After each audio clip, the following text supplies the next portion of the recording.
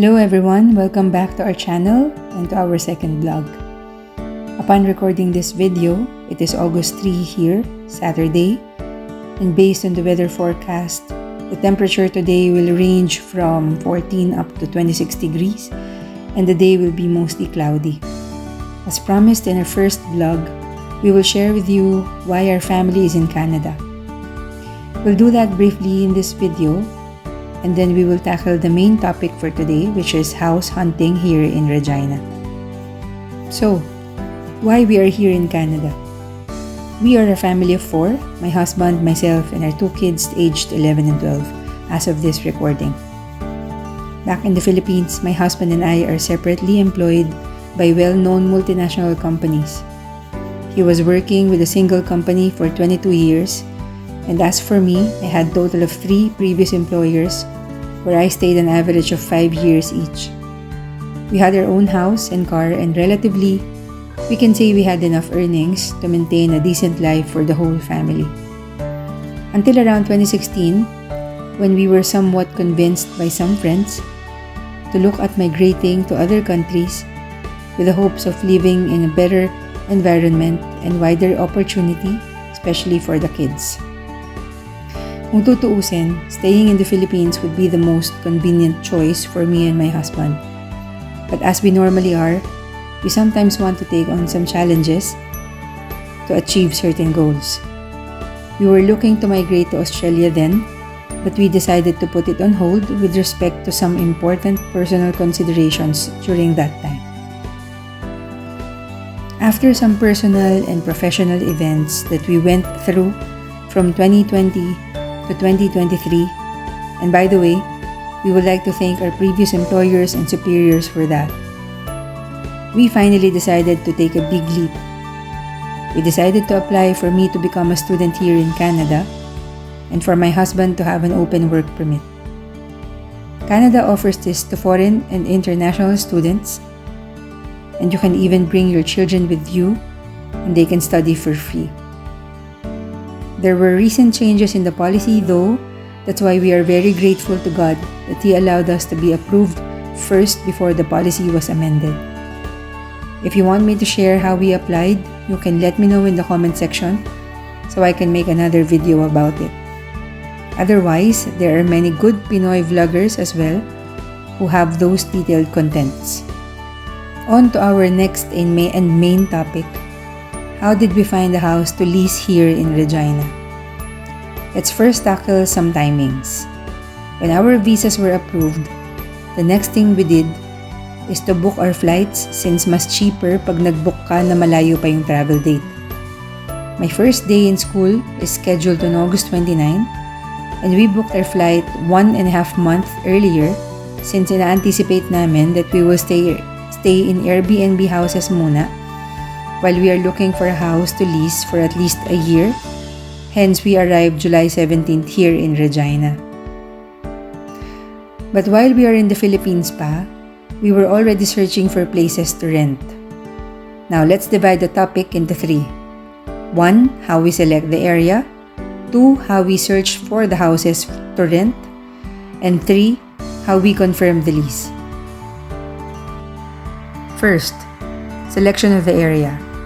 Una, we read and watched about how the city of Regina is divided. Where is the downtown? Where are the important places for our needs like hospitals, grocery stores, schools for the kids, parks, potential workplace? From that reading, nalaman namin that Regina pala is divided into north, west, east, and south, and then nasa middle ng mga areas na yon ang downtown. From what we know so far, North and Northwest has residential areas, but it is also where most manufacturing companies are located. Sa West naman is still developing, but it is where Regina Airport is located. Sa South and East naman are mainly residentials and mall strips. They also have the biggest grocery stores and good schools and universities, so those are really good areas for families with children. My school is located somewhere southeast, so it was also a consideration. One of the main aspects we also checked is the crime rate per area. Though Canada is generally a safe place, there are also crimes. There is a website showing crime rates in each area, and it is also showing kung anong klaseng crimes like property crime, theft, personal crime, etc. I have the link to this in the description box below. Accessibility to main roads and to bus stops should also be one of the considerations, since pag winter season, it is very difficult to walk long distances, maliban na lang siguro kung best friend mo si Olaf. Now, when you have decided which area you will stay, the next thing to think about is the type of house. Most rental spaces here are houses, and it can be the main floor or the basement. Basements are common here in Canada, especially if there are 4 seasons here. Even those who own their own homes need a space to store things that are not needed for the current season. Apart from houses, you can also choose apartments or low-rise buildings. There are apartment buildings here that can go from 3rd floor to as high as 5th floor. Some of them does have elevators while some don't. There are pros and cons when choosing between those types. For houses, most of the time, utilities like power, heat, water are not included. Pero may mga iba rin nakasama na partially or lahat. In some apartments, there are spaces where included na sa rent ang lahat ng utilities or internet and water lang. So, when you are checking the rates, be sure to take this into consideration so that you can assess if their rent prices are reasonable or expensive. Another big difference ng renting a house and renting in an apartment building is the snow clearing. Kapag winter, kakapal yung snow in front of your property, and normally, it is your responsibility to clear them. Parang tapat ko linis ko concept sa Pilipinas. Kasi when someone gets into an accident because you did not clear the snow, you can be penalized. So in most cases, when you rent a house, this is your responsibility nga.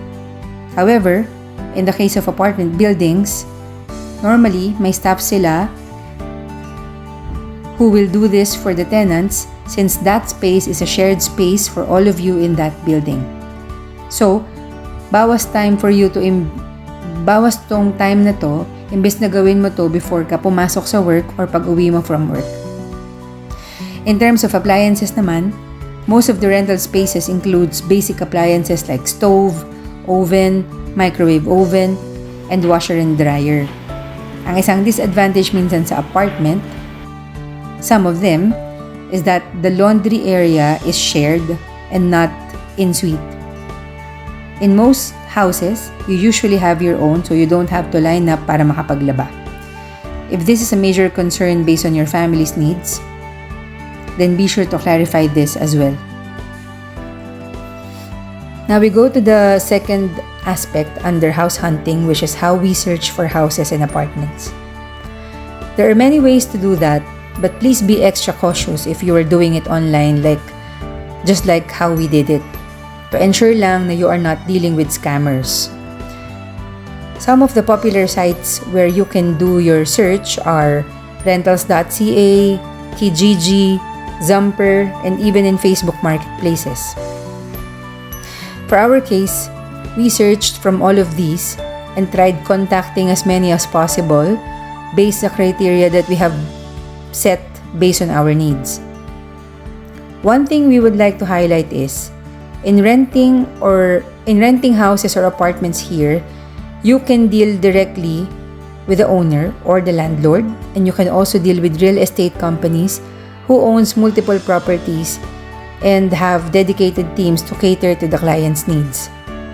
Minsan lang, we notice na less responsive yung mga direct to owner na inquiries namin. Maybe because we are foreigners and we are still outside Canada pa. Sa case namin, we are very grateful that we get response from a real estate company. This is not a sponsored video, but I would like to mention them as we are very satisfied and happy with how they handled our transaction since day one. This company is named Havana Builds. They are a Saskatchewan-based company who is managing rental properties here in Regina and also in Edmonton, Alberta. When we started to inquire from them, they assigned their sales agent to cater to all our inquiries, and I must say she is very prompt and responsive. The said agent immediately scheduled a live virtual tour to our chosen property, which really helped us decide if we want it or not, kahit na nasa Pilipinas pa kami. Teka, napalayo na ako sa topic. Anyway, those are the different sites which can help you search rental properties. May mga iba pa na hindi ko nabanggit, you can also Google them. Lastly, how we confirmed the lease.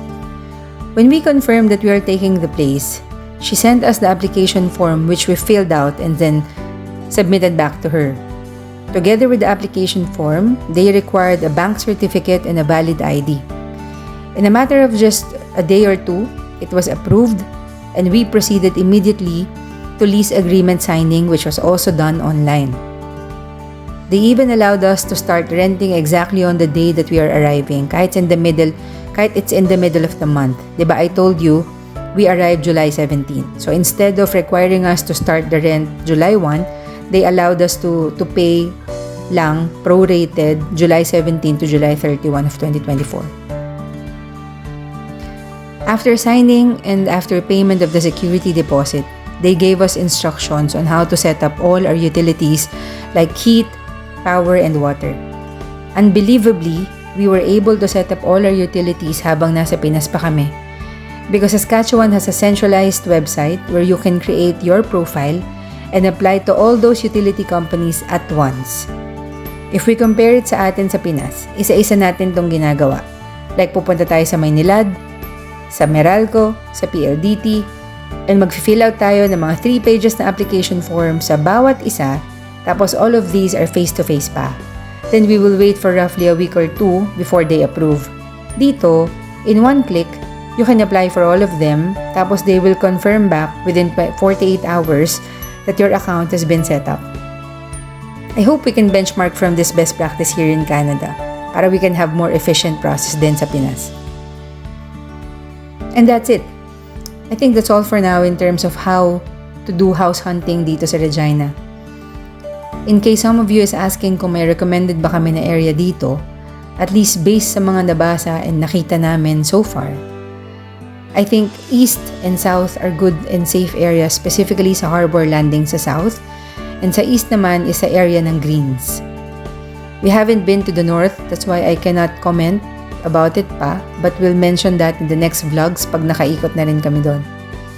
Sa Harbor Landing and sa east, relatively bago mga roads and bago rin mga houses. Maganda and safe ang environment din for kids and even for elderlies. Sarap ng hangin, maraming walking pathways, maraming parks and playgrounds, and malapit din sa mga groceries, restaurants, Catholic churches, and malls. I hope this video gave you some glimpse of how house renting in Regina can be done, and I hope it can help you in case you need to find a place here. Thank you very much for watching. It will be very helpful if you can like the video and subscribe to our channel. Take care and God bless us all.